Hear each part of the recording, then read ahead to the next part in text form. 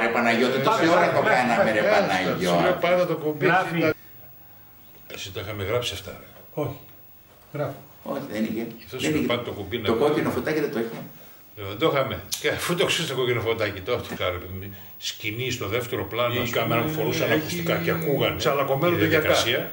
Δεν μπορεί να βγει στο επόμενο πλάνο να βγει ίσιος ο γιακάς, πρέπει να είναι τσαλακωμένος. Εγώ όλα αυτά που λέγανε το λεγόμενο ρακόρ. Ρακόρ, ναι, το έχω ακούσει και εγώ αυτό. Λοιπόν. Είμαι ο Μάνος Αντώναρος. Συνήθως λέω ότι είμαι δημοσιογράφος. Και είμαι δημοσιογράφος, αλλά από τότε που έκανα παιδιά, συνήθως λέω ότι είμαι ο Μάνος Αντώναρος και είμαι μπαμπάς. Και γιατί το λέω αυτό? Το λέω γιατί όταν γεννήθηκε το 2010 η κόρη μου η Αθηνά, για ένα περίεργο λόγο, όταν άρχισα να γράφω, να γράφω, αυτό εννοώ να γράφω, και όχι να γράφω όπως γράφουμε τώρα, υπέγραφα πάντα ως μπαμπάς. Τι εννοώ, όχι με υπογραφή μπαμπά, αλλά το νόημα αυτών που έγραφα δεν μπορούσα να τα γράψω πια ως κανονικός άνθρωπος. Για ένα περίεργο λόγο. Δηλαδή, θα σας πω για να καταλάβετε. Έγραφα, τι θα έχει συμβεί στην πολιτική 30 χρόνια μετά.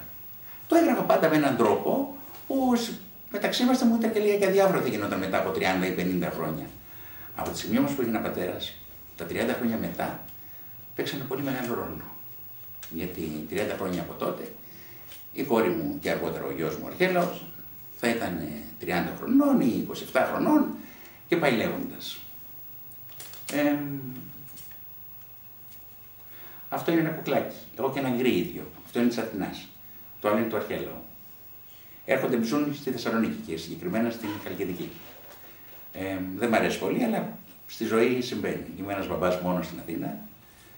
Τα αγαπώ πάρα πολύ. Τα σκέφτομαι κάθε μέρα και όσο μεγαλώνουν, διαβεβαιώνω τους πατεράδες που ζουν μόνοι και στεναχωρημένοι, το ότι όσο μεγαλώνουν τα παιδιά, τόσο πιο κοντά τους έρχονται, αρκεί και οι ίδιοι να τους δείχνουν την καθημερινή τους παρουσία με οποιονδήποτε τρόπο, με ένα τηλεφώνημα, μέσω ίντερνετ και πάει λέγοντας. Μεγαλώνοντας τα παιδιά, μιλούν, συνεννοείσαι, καταλαβαίνεις τα λάθη σου, καταλαβαίνεις τα λάθη των άλλων, καταλαβαίνεις πόσο σημαντικό πράγμα είναι ένας πατέρας, γονιός. Και αυτό εδώ πέρα θα συζητήσουμε, αυτό το θέμα θα συζητήσουμε εδώ πέρα σε αυτό που κάνουμε, που θα λέγεται Father Manos. Ερχόμενος εδώ και θέλω να φτιάξω ένα βίντεο που αγαπώ πολύ τα YouTube και έχω ένα σχετικά μεγάλο παρελθόν σε αυτό το είδος της επικοινωνίας. Θυμήθηκα αυτό το όνομα, Father Manos, μ' αρέσει. Είμαι ο μπαμπάς Μάνος. Θα έχω καλεσμένους ανθρώπους, θα έχω καλεσμένους γονείς, θα έχω καλεσμένους ειδικούς. Δεν θα είμαστε συνέχεια σε ένα στούντιο που τόσο πολύ αγαπώ. Θέλω να σας πω ότι μεγάλωσα σε ένα στούντιο μέσα, εδώ πέρα πίσω οι φίλοι μου οι τεχνικοί. Ο Ηλίας και ο Παναγιώτης είναι άνθρωποι που μεγαλώσαμε μαζί, αισθάνομαι σε το σπίτι μου. Όμως θα πηγαίνουμε και βόλτες έξω. Παναγιώτη, θα πηγαίνουμε, ναι. Θα κάνουμε και άλλα πλάνα, θα κάνω πλάνα κι εγώ, θα το μοντάρω εγώ, θα το μοντάρει ο Παναγιώτης, θα το μοντάρουμε όλοι. Θα φτιάξουμε καινούργια πράγματα για να μιλήσουμε για τα παιδιά μας.